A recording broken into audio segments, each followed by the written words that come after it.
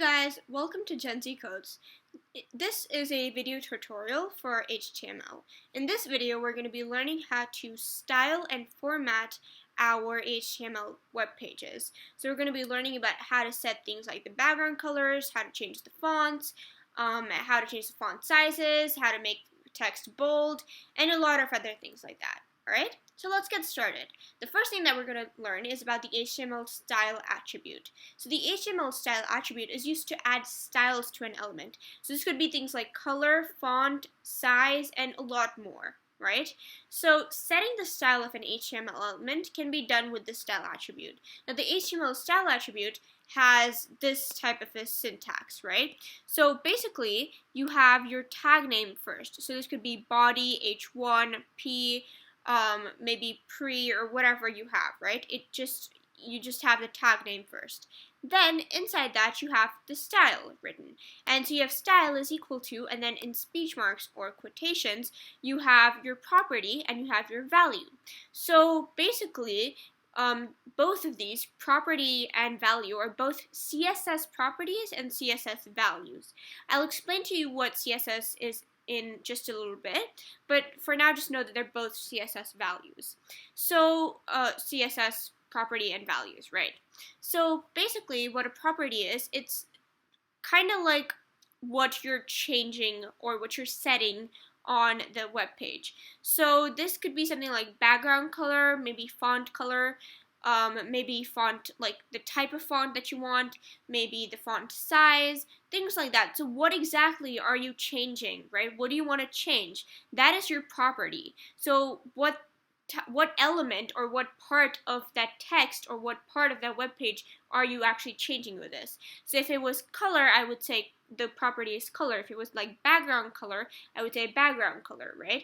That's what the property would essentially be. Then the value is what are you changing that property to, right? So usually if you don't actually set a value, or if you don't set a property and value, you usually just have like a blank white page with like black text maybe, right?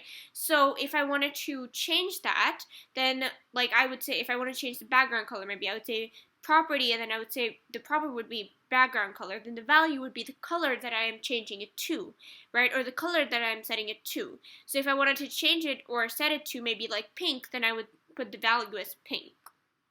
Right? So that's basically the basic syntax and the format of how you would usually use the style attribute. Alright, so now let's talk about some of the most basic and probably some of the most commonly used properties that we have on HTML. So the first one is background color. So the CSS background color property defines the background color for an HTML element. So here's how you would do it. You just say background dash color, then you have the colon, and then over here it would be the value that you're changing it to. So it could be, so I've put light pink, but you could maybe put it as cornflower blue, maybe dark blue, maybe dark violet, maybe just blue, green, lime, whatever, right? Actually, I'll come to the different types of colors available on HTML a bit later. But for now, just know that over here, what you put, like after the colon, is the specific color that you want to set it to. So the background color element can be put in body, it can be put in h1, it can be put in paragraph, it can be put anywhere, right?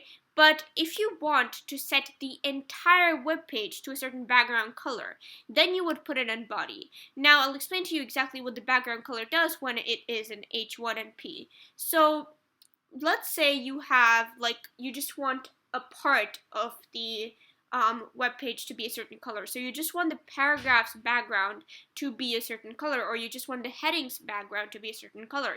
Then you would put the background color part in H1 or in paragraph respectively, right?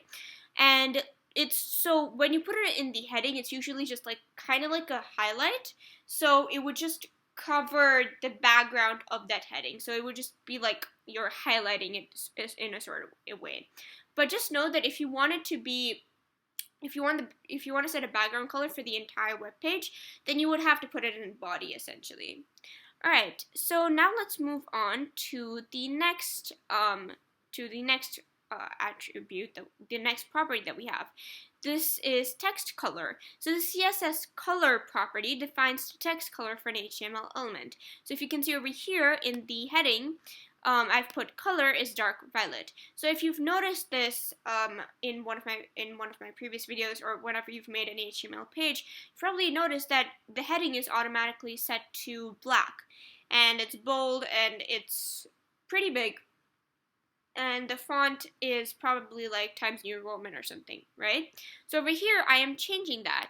So the first thing that I'm changing is color. I am changing the color of that from black to dark violet. What I'm doing over here is I'm setting its color to dark violet.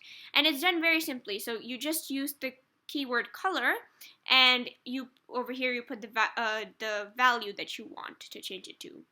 Alright, the next thing that we have is fonts. So the CSS font family property defines the font to be used for an HTML element.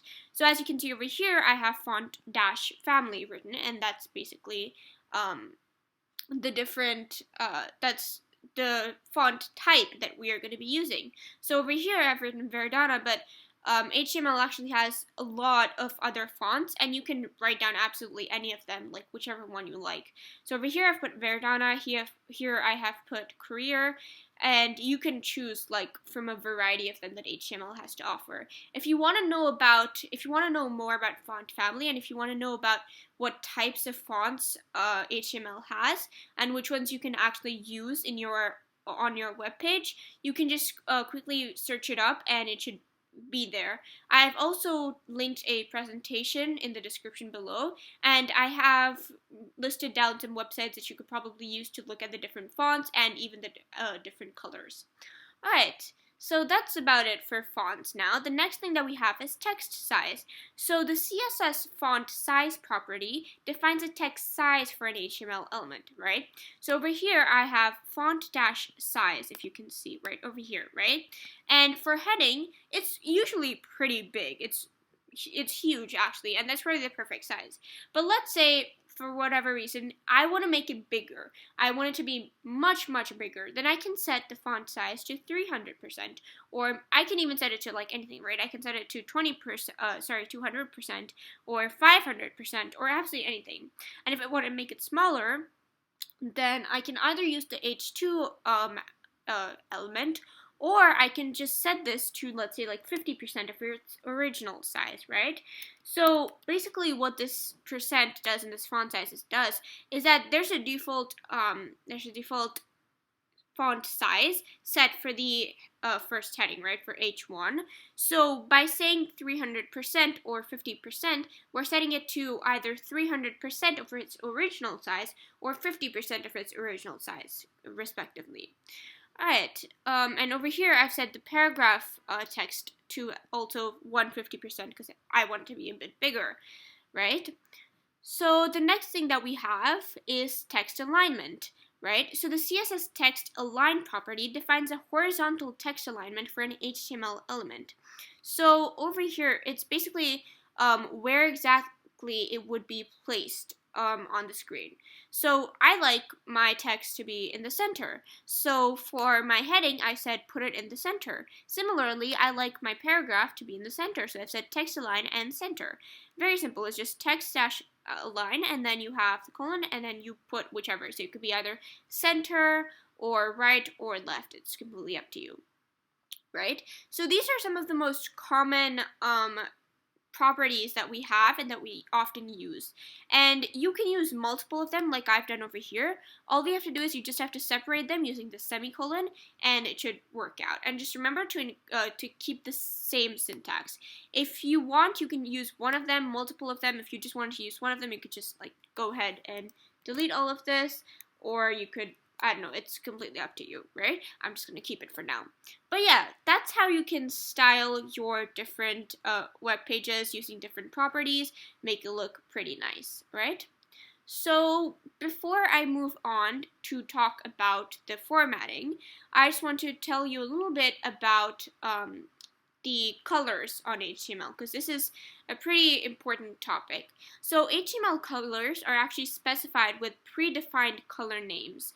So things like orange, cornflower blue, powder blue, light pink, deep pink, hot pink, things like that, right? So they're either predefined color names or with RGB, HEX, HSL, RGBA, or HSLA values, right? So there are some predefined standard color names, and in the presentation in the description below, I've actually listed down a few, and I've also put down a source to which through which you can access the different color names, right? So basically that's the sort of thing that you have for colors. Now so besides predefined color names, you can also have color values. So in HTML, colors can also be specified using like RGB values like I mentioned, or HSL, RGBA, HSLA, HEX, and other values, right? So there are 3 different divisions. I'm not going to go too much into this, but basically what the RGB values, like these sorts of values are actually pretty useful when you want to create a color or when you want to use a color that's not already given by HTML. So if there's no specific name for the color that you want to use, so let's say I want a lighter shade of the pink of light pink, but there's no shade available like that, or if I want a lighter shade or if I want a brighter shade of a certain color, but that sort of color is not available in the predefined color names, then it's very useful to use these color values. Okay, and I've given a definition and a description of what each of the different color values are, so what RGBA, HSLA, HEX, HSL, and RGB values are in the presentation that's linked in the description below. So if you want to know more about these color values, you can just click on that link, and you'll probably understand a little bit better about that. Alright, so the next thing that I want to talk to you about is formatting, and this is HTML text formatting. HTML contains several elements for defining text with a special meaning. So you can have things like bold, italic, subscript, superscript, and a lot of those such things, right? So the first one that we have is the bold and the strong elements. So as you can see over here, I have a paragraph, and in that paragraph I put this B tag. I've put this B tag, right? And I have a closing B tag. So this B tag over here, so this B element, defines bold text, but there's not any extra importance over here. And you'll see what I mean when I actually open up the web page. Then, this is also very similar. I just want to show you a different example. So here I've said this entire sentence is going to be in bold. But I can also have a point where I just want one word to be in bold. So I can say P, I am also, then just bold will be in bold over here, right? And that's how this bold element works. You can just make any part of the sentence bold. You can make the entire thing bold, completely up to you. The next thing that we have is the strong element. Now, this looks a lot like the bold element, and even when it's displayed onto the web page, it looks very, very similar. You can hardly tell the difference. But basically, the HTML strong element defines text with strong importance. Now, the content inside is typically displayed in bold. So when you actually look at it at first glance, you probably wouldn't notice any difference.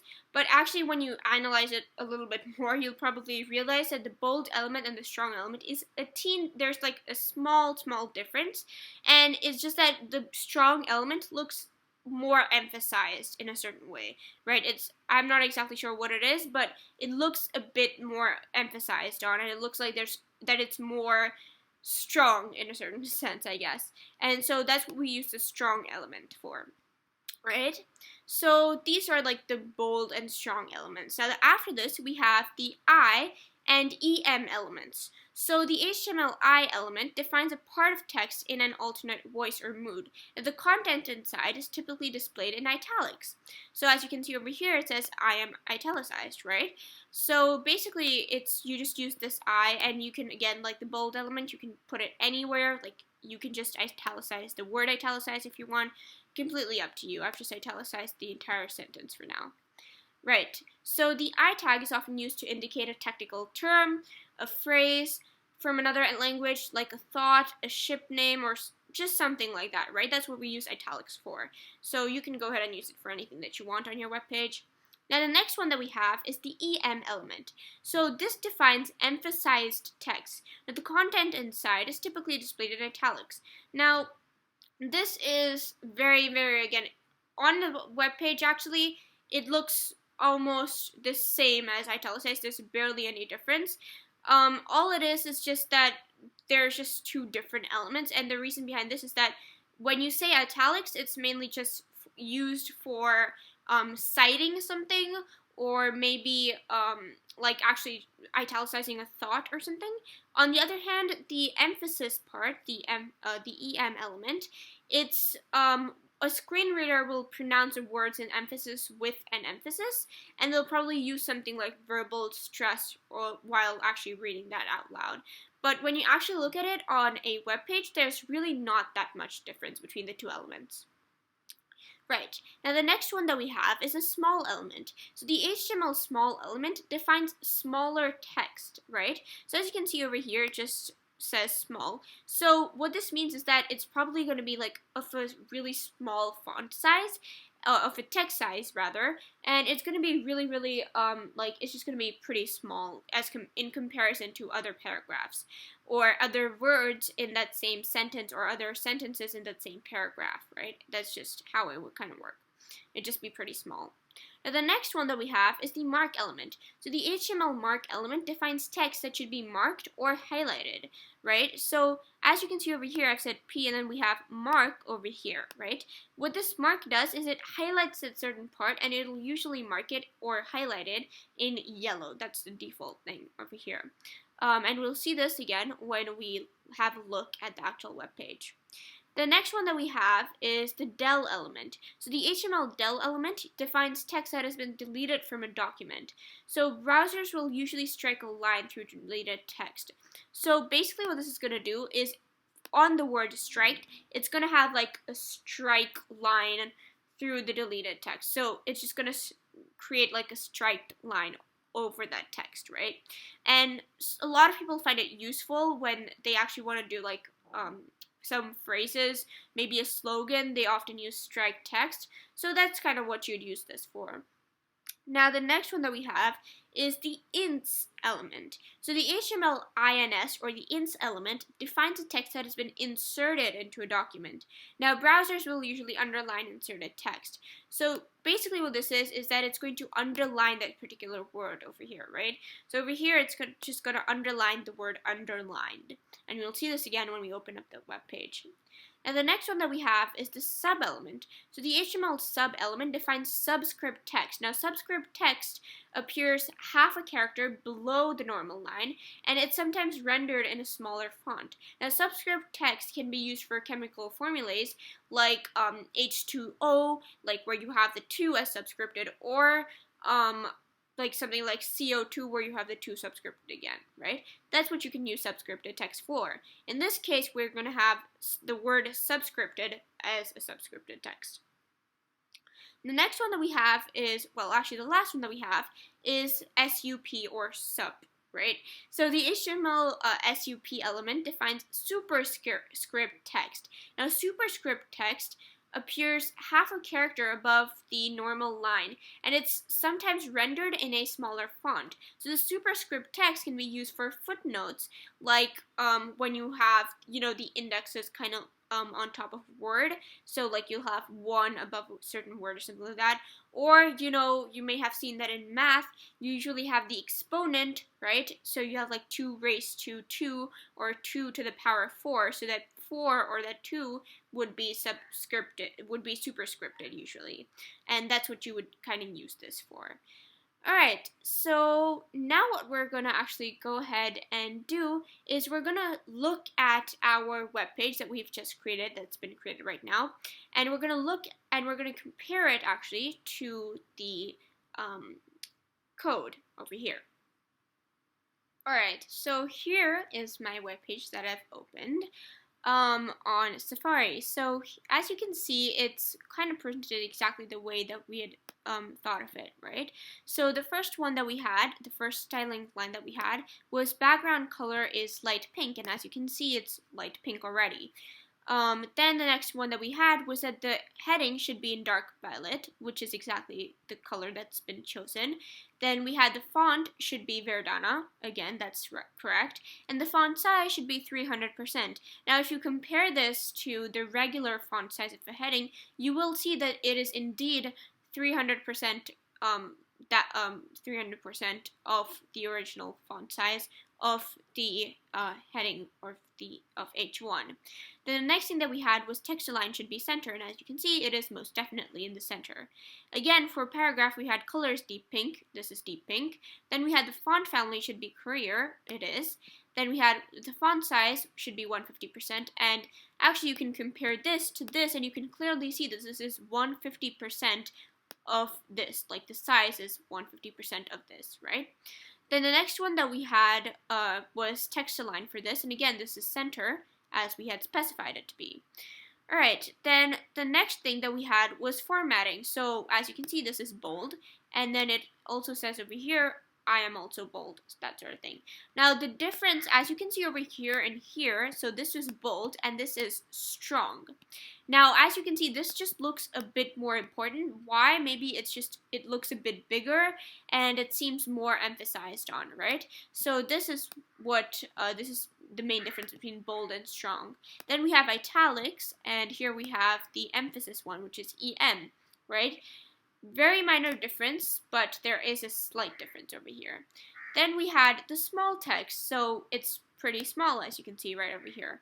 Next we had mark, right? And that's why, so over here, if you can see, we had put the word highlighted and marked, which is why the word highlighted has been highlighted.